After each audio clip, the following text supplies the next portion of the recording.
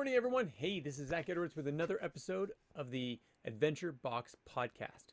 Now, Merry Christmas.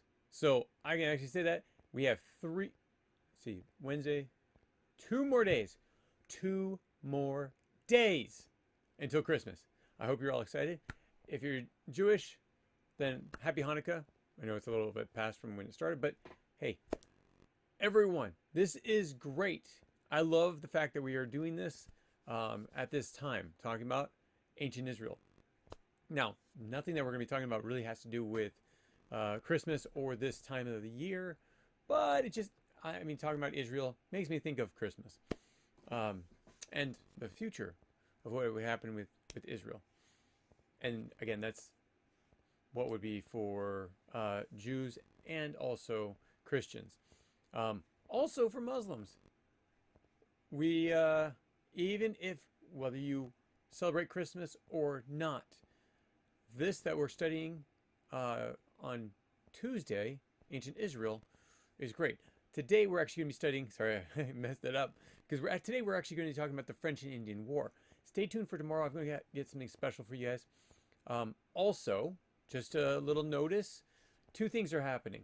Because this is Christmas, or this is the week of Christmas, two things are going to happen. One, you're going to have a podcast Monday and Tuesday, but no Wednesday or Thursday. So Wednesday's Christmas, so we're bypassing it, and we will see you the next week. But also, in your curriculum boxes, you're going to see a few things. So, if you're doing the French and Indian War, you have the French and Indian War book and your curriculum coming out. It's going to have a special surprise for you. So for all those that have the curriculum, you're getting so much more than you're paying for, which is great. I want to be able to serve you guys as members of our community. Those that are helping us, those that are buying into our Adventure Box process and program. This is great. This is like everything you'd ever want to know about the French and Indian War. But if you're learning about Israel, ancient civilizations, we got ancient Israel. And everything you want to know about ancient Israel. Archaeological, historical. This is non-secular, though it does actually take from the Bible, because the Bible is a historical document. But we have a lot more than that in here. I mean, this thing is thick. It's got so much information. We actually try to keep it under 400 pages.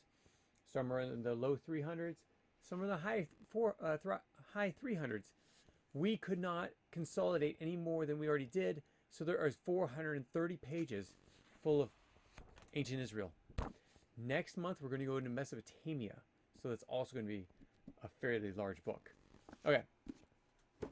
Besides that, you're going to get cards, you're going to get crafts, and such. I had one craft that I wanted to do for the French and Indian War. Sorry, it's not going to be here on time. And it's not going to be here for the American Revolution. We're actually going to push it off.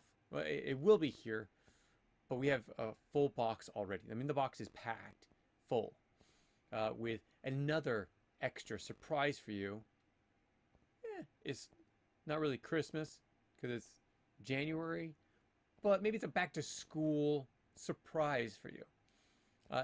With that, though, we're going to be giving you that special surprise that we were going to use for the French and Indian War, and we're pushing it off actually till the next month, so it'll be part of the birth of the nation. So when that comes, you're going to get this very special one that I special ordered for all of you that are doing the French and Indian War. So stay tuned for that. Okay, let's get into what we're going to be talking about today. So with the French and Indian War, we're coming to an end. Last week, we talked about Quebec and Montreal, two major cities in Canada, where, again, the British were coming in the French and Indian War. The British and the French were fighting over basically boundaries between British territory, French territory, which was basically the colonies over to the Mississippi, but mostly up in Canada. So, for that reason, we're going to be talking about the dominance of Great Britain. Everywhere they dominated at this point. And actually, maybe I should have done the French dominance as well. Maybe if we have time, I'll do the French dominance as well. So let's go over some of these places. First off, in North America, we're going to start here, but we're going to go all the way around the world. So let's bring up a map. Map. Here we go. So this is, if you're on the podcast, this is a map of the United States. Or sorry, of the whole world. But you see the United States here. The reason why I'm mentioning the United States first is because the British, their major dominance was over here in Europe. They had the United Kingdom, which also included Ireland and Scotland at the time.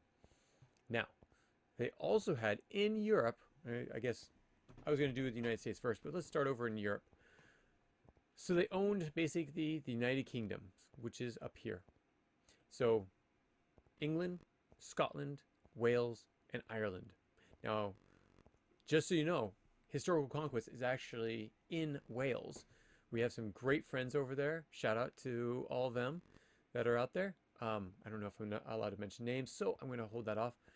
But this is great. Historical conquest is great for those in the UK and all around the world.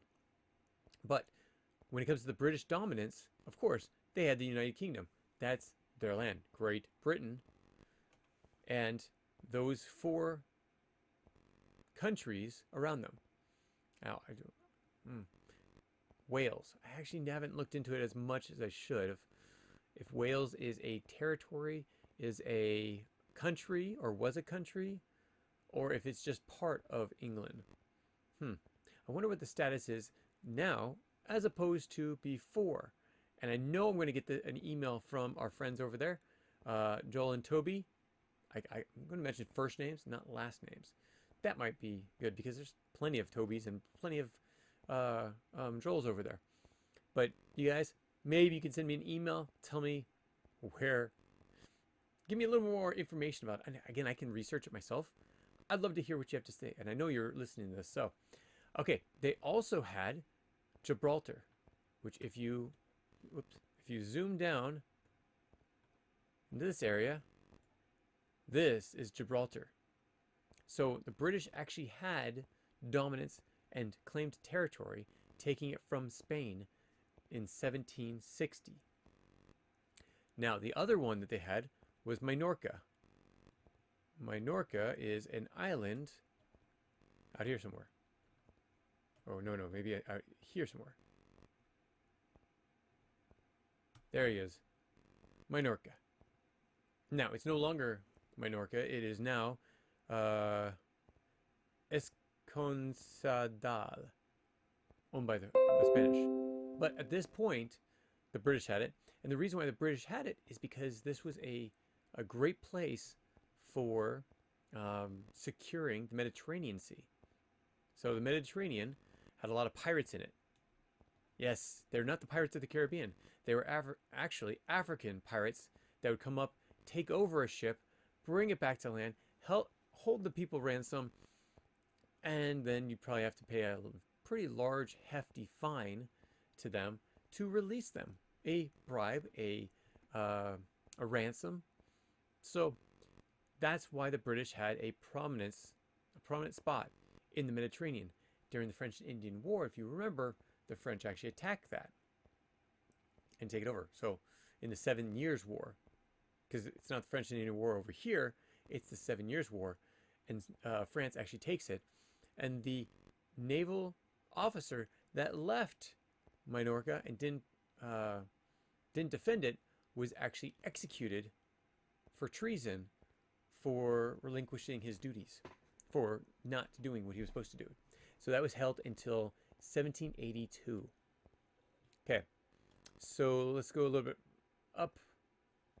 And the Gibraltar was actually claimed in 1713 as part of the Treaty of Utrecht, something like that. Okay, so where else did they own? Did they claim territory and have dominance? Okay, so they had, again, the 13 colonies. They had Newfoundland,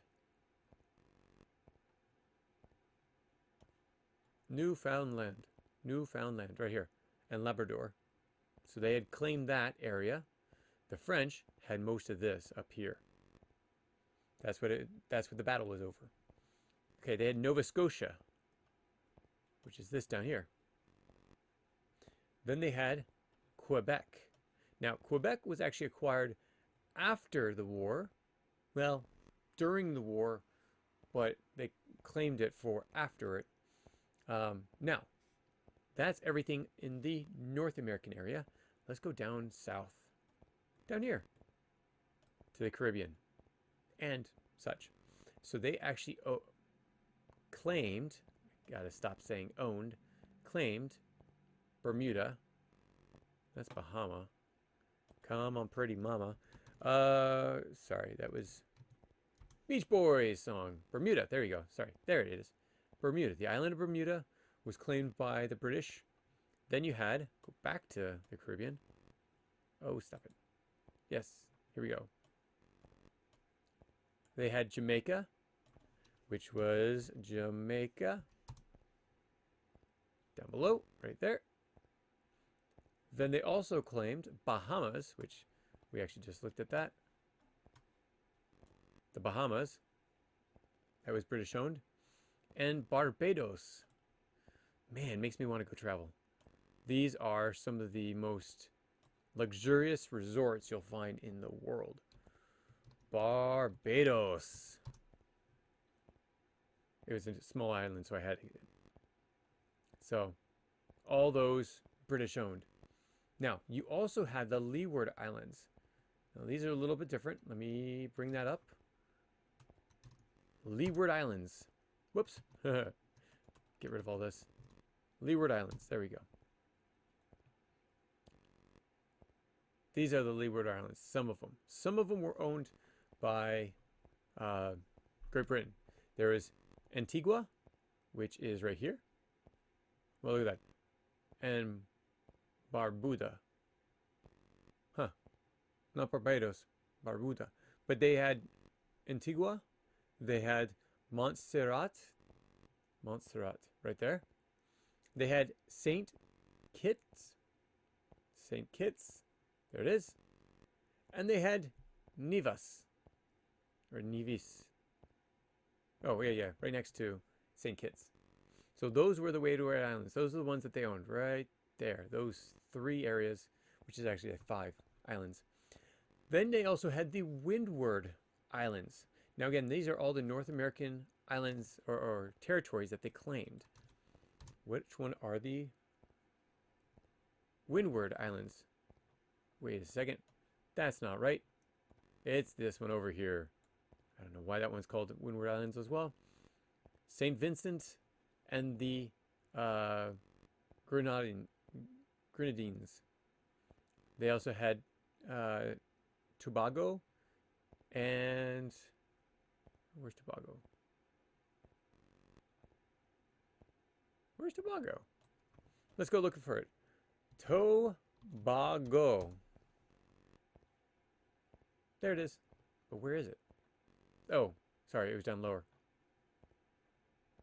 So there's Tobago. Okay, so those are all the North American lands that they claimed. Now, remember, South America, they didn't have really a presence. They didn't have a presence because the Spanish, the Portuguese, and the French, not much as the French, but the Spanish and the Portuguese, they had all of South America. But what about Africa? Okay, so they had a fortified trading post. Now, this is a post. This was not owning or claiming the land. That's Gambia as it is right now. I think it was actually shorter back then.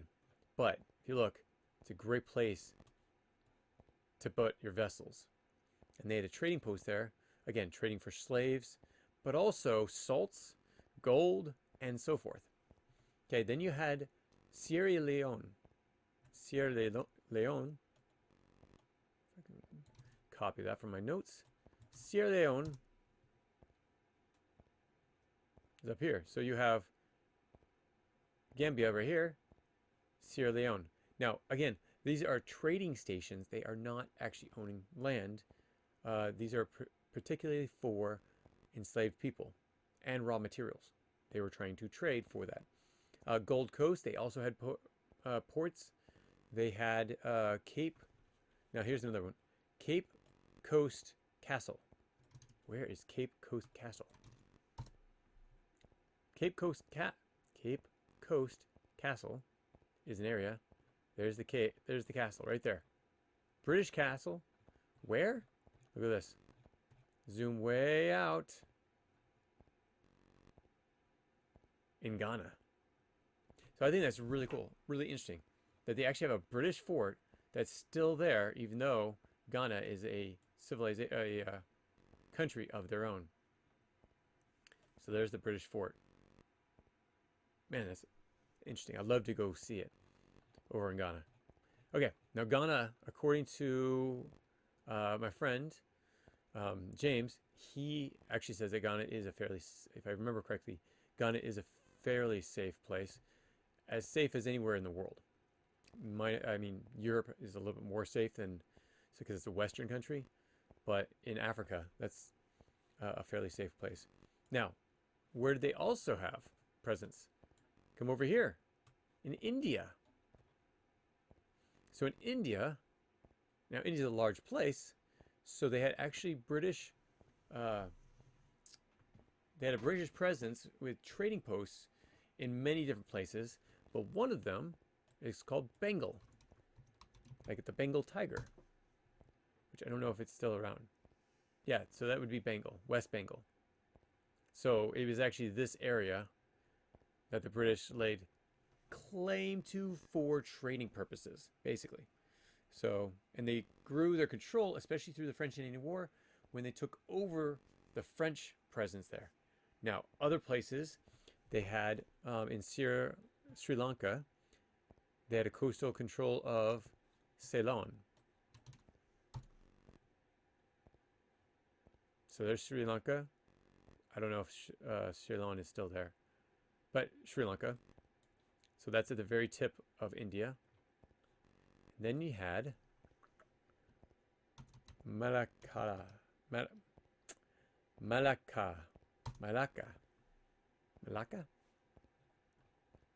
which, as you can see, if you can zoom out, it's in part of Malaysia. And the last one now I wanted to tell you about was Bombay. So Bombay, now these were all places that they wanted to trade. Sorry, Mumbai. No, okay, Bombay is a city there. So Mumbai. That is on over here on the west coast of India. It was Mumbai. But Bombay is where they were. Also Madras and Calcutta. Ooh, where is Calcutta? Calcutta is also a very prominent country area in India. So same place, Bengal area. Except they spelled it differently. I don't know. This is how they spelled it back in 1760. So those were all the places. Oh, one last place. But this wasn't actually claimed until after 1760, and that would be Australia and New Zealand.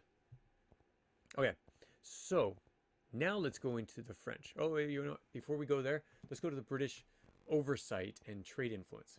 So I'm going to zoom out. I'm not going to zoom into all these anymore, because these are just trade influences. Close this part. Close that. There we go. Up here. So this is Hudson Bay. And Hudson Bay, the British actually had claim, oversight, trade influence in that area. They also had the Pacific, down in South America, even though they don't own this area, they actually did have the Falkland Islands, which are these ones. Now, even today, there are still battles over the Falklands. British territory, Spanish territory, their own nation. So this is a dispute between British and Spanish that's been going on for 300 years, about 400 years. So you also had different parts in the Caribbean that they had influence on because they were trading with everyone. So some of the Caribbean mainland, Now, these were more of trading posts. They also had smugglers that came in with it, that area. Over in Africa, they had the West African coast. Now, if you remember from African history, we actually had, or at least, sorry, the British, well, let's say about that. Before this point, around 800 to 1000 AD, you had Africans selling African slaves on the, what are they called? The Swahili coast, which is the west coast of Africa. And they would trade over the Middle East, India, and also, let's call it Olympia, or the Pacific Islands between Asia and Australia. So there was a lot of trade there, and the British took advantage of that as well, because they were taking slaves from wherever they can get them. Now, Asia, they also had influence and dominance because the British East India Company in China. But this is one thing that's really interesting, and I think this is fascinating, is that China, at this point, around 1760, actually had Christian missionaries who actually lived there and advised the emperor in his own courts. They weren't Buddhists, they weren't Taoists, they weren't even Chinese. They were missionaries that came over from Europe, mostly from the Catholic Church, because that was the main church that was at that time. So this is also very interesting. Also Japan, they had influence there as well, and the Spice Islands in Indonesia. Indonesia is right here. Spice Islands, I think more down here. So there was a lot of dominance. Now, what about naval power? Naval power, Atlantic Ocean, Indian Ocean, Caribbean Sea. Now, they also had it in the Mediterranean, though the French made them give up a lot of that power during the 7 Years' War, when they took over Minorca.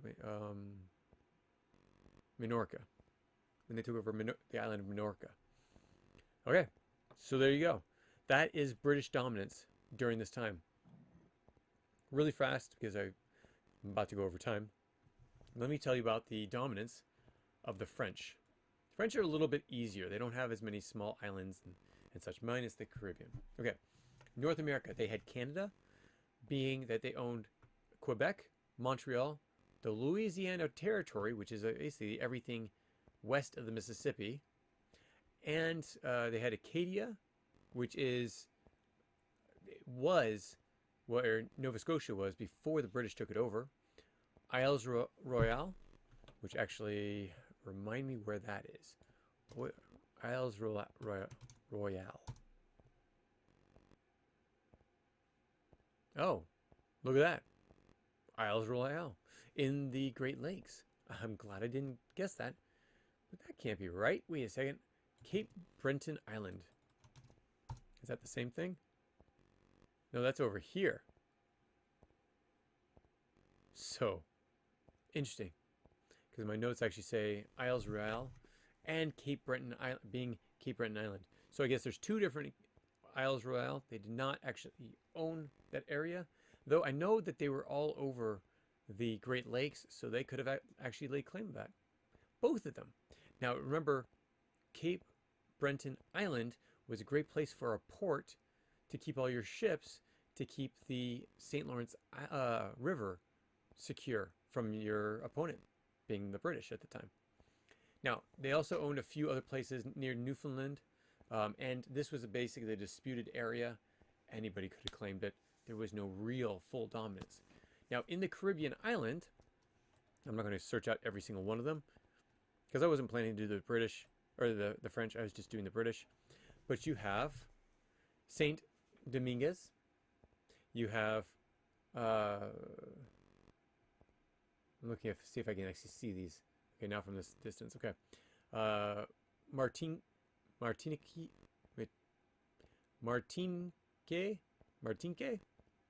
Guadalupe, St. Lucia, which is down here. So some of these islands are down, the smaller islands down below here.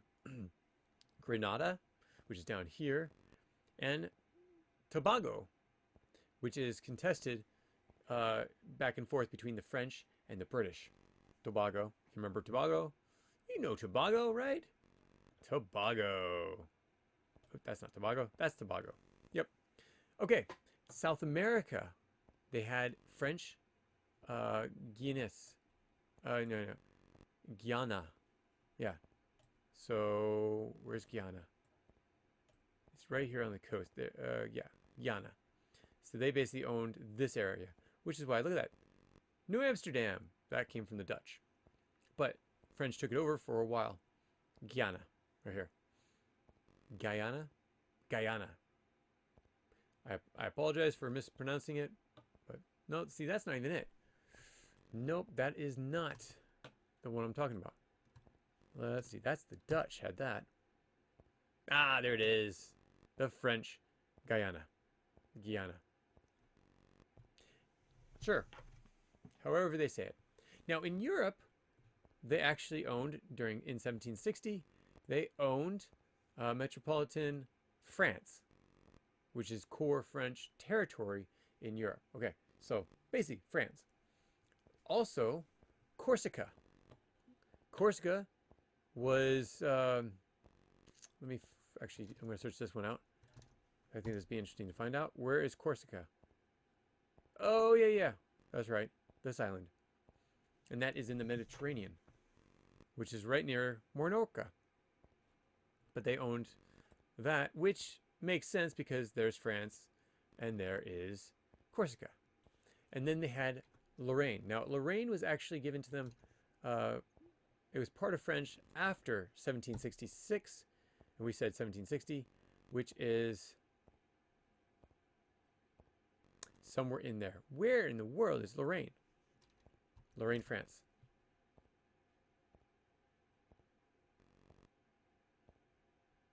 Is that area? I'm not actually quite sure because things have changed over time. Again, it's not 1976 anymore. Sorry, 1760 anymore. It's not 1976 either. But okay, now let's go to one other place, a few other places. Africa. Where do they own here? Senegal. So Senegal is in Africa, and the French actually, quote unquote, own this territory. This is their territory through ports that were over here. Wow, there's St. Louis. Look at that. St. Louis, Senegal. Again, this was actually like the British. It was for trading slaves. They also had the Goree Island. Goree Island. Where is that? There it is. But where is it? Oh, on the very tip of Senegal. Okay, so it's still basically part of Senegal. Wow, that is a small island. Why would my notes even tell it? Wow, the House of Slaves. Interesting. It's a museum now, but what was it before? Oh, very interesting. Okay, now what about over in Asia? Now, before the 7 Years' War, they actually had a great dominance over here in India. But because of the British and their fight between them, between the British and the French, a lot of this area was taken over by the British, and they were removed from that area. So, yes, that is basically the dominance or territories of that area. Now, oversight and trade influence, again, Africa, and with Africa, West African coast, and also Madagascar. North American, they had the Ohio Valley. Again, this was not claim or ownership, but they claimed the ability to trap and hunt and trade in the Ohio Valley down here. Well, this is actually where the French and Indian War actually began.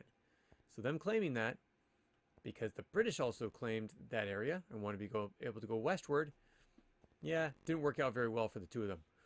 You also had the Great Lakes area and Illinois area. So over here in the Great Lakes. So basically all this the French wanted to claim. The British did not like that though. Asia, well, I already talked about France had a lot of influence in China. Again, Catholic Church, Christianity too, the missionaries in there.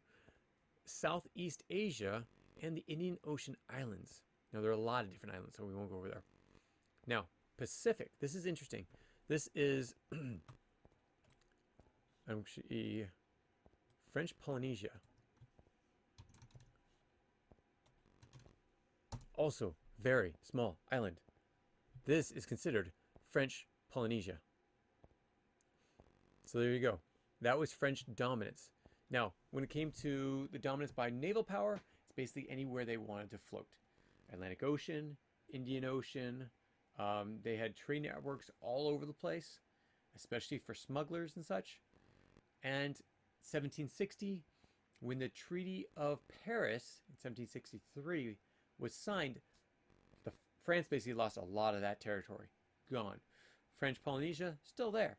There's still a lot of territories that the French owned, island-wise, that have never actually been claimed by anyone else, and they haven't actually fought for being released. One area, I think it was Somalia, Samoa. Wow, how'd that take so, or be, well, how was that so hard? Okay, so Samoa actually has French Samoa and American Samoa. Now, here, let's see this. I didn't actually know when they took it over. Samoa. There we go. Samoa. There it is. So you have a French side and you have a American side. Interesting enough, one of my friends who's Samoan, they actually had family that crossed over from the French side into the American side, which is American territory. Somewhat, I guess it's a partnership with Samoa. But because they did that, they were actually allowed to come into the United States, but it was actually illegal. So there was actually a possibility they had to go back to Samoa and do it the right way and come back coming from French Samoa. But their family was from the other island.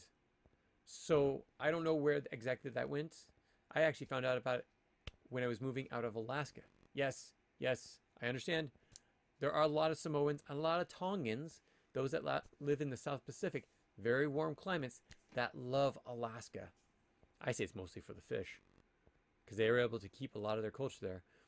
It is actually interesting that they have actually teamed up with the Raven tribe, or Raven clan of the Tlingits. And because there's a lot of joint culture between them and shared ancestry between them. Interesting, right? Go back to ancient American history, find out more there, because I explain it there and how that could have happened. But that's it. So that's the French and the British dominance over the world at this point. They didn't have dominance over everywhere, but they had a lot of dominance.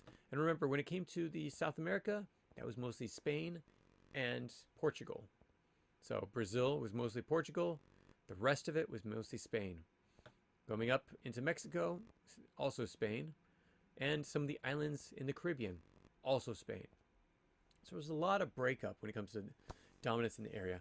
Of course, Europe was always, it's like constantly fighting with each other over land. They wanted to declare sovereign nation, sovereign area, so no one else could take it. It wasn't just in North America, it was all around the world they were trying to do this. Africa, they weren't allowed to. They were not allowed to. They actually took over, I think it was Spain, came down into Morocco area and started claiming up some of the areas, and they were later on kicked out. Mostly by the, well, I can't say because I don't actually know the full story there yet. I will find out and I will come back to you and tell you, most likely in a podcast like this. So thanks so much for joining me. I hope to catch you next time. Take care. We will see you Tuesday, right before Christmas on Wednesday. Again, thanks so much. Bye-bye. If you have any comments or questions, add them to the comments below. Otherwise, we'll see you tomorrow, actually. Take care. Bye.